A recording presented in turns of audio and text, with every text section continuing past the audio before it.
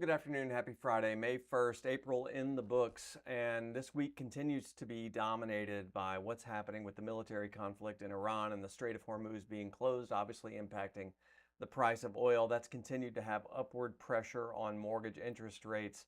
We see mortgage-backed securities selling off a little bit on the day, but the damage been done over the past 5 business days as mortgage rates have given back about another eighth in rate.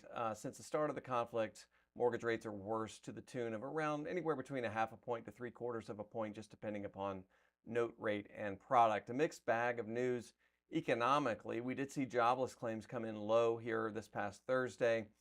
Inflation, of course, high. This is all due to the price of oil, what's happening with inflation as we close out the week. Housing starts beat expectations, but permits still relatively anemic. We're seeing new home supply start to really creep up. This is new home. Here we go. New home supply right here has started to creep up, and builders reaching around 120,000 completed units. Anytime that happens, builders are going to take their foot off the gas, and new home sales have been relatively low throughout the course of 2026 thus far. Dating back to really the beginning of March, the administration saying they thought the operation in Iran would last roughly 4 to 5 weeks, could go longer.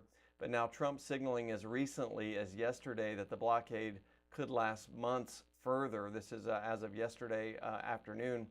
And of course, that has created some pessimism within the market, and that's taking its toll on mortgage rates.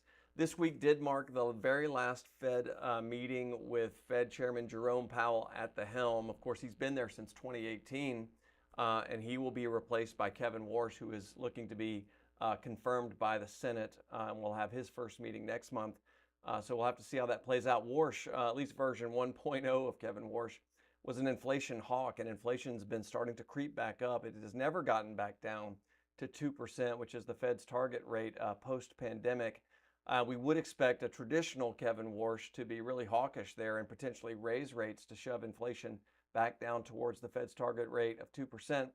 But really, the Warsh is the president's pick, and we all know the president has been a vocal or an outspoken critic of the current Fed chairman, Jerome Powell, for having not lowered rates further throughout his tenure. So it'll be interesting to see how this dynamic plays out when Kevin Warsh takes over for Jerome Powell. Will he come under the same scrutiny, the same public pressure as Jerome Powell, or will he have a little bit more latitude, especially given what's happened with the conflict in the Middle East, the price of oil, and how that has impacted all markets? Of course, if I can be of any service to you over the weekend, don't hesitate to reach out.